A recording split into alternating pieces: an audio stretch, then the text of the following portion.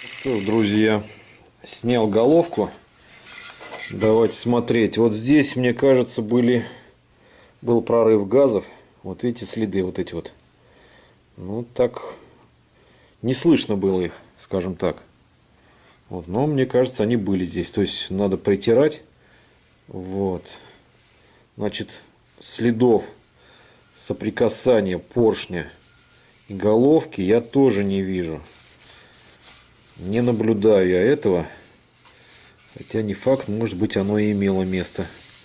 Сейчас вам покажу, как поршень выглядит в цилиндре. Вот насколько он выходит, верхняя мертвая точка. По-моему, это нормально. Ничего тут лишнего не выходит никуда. Вот. Опять же, следов соприкасания с головкой не наблюдаю. Вот видно, да, что здесь был прорыв газов. Так.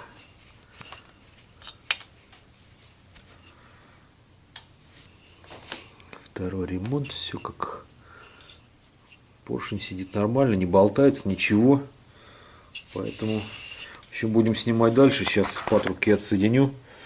Не знаю, карбюратор снимать, не снимать. Посмотрим сейчас. Ну и цилиндр тоже сниму. Снял цилиндр.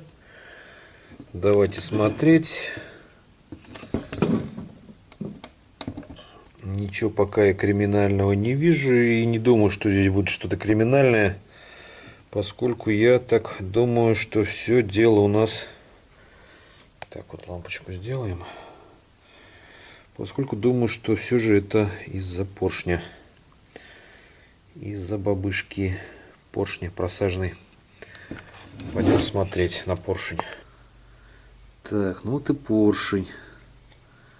Что нам на него смотреть? Здесь все нормально.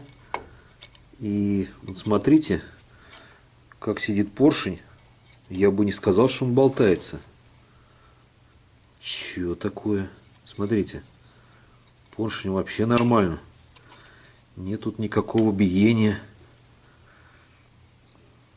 Чё ж тебе надо-то? Сейчас попробуем постучать вот так вот. Зажму ногами.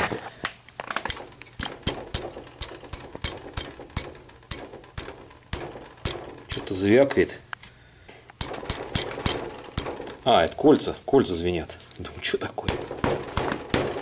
Ну, нет здесь ничего. А что ж тогда стучит?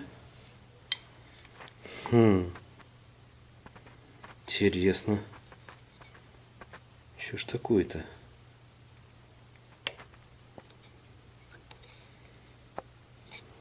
Загадка. В общем, пацаны, пишите, кто в курсе. Что не так? Я что-то, честно говоря, не знаю, в чем проблема, что гремит. Нету здесь ничего. Он не гремит абсолютно.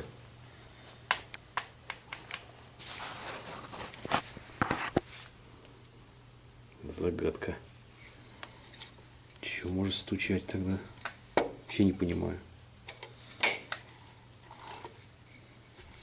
Коленвал нормально ходит.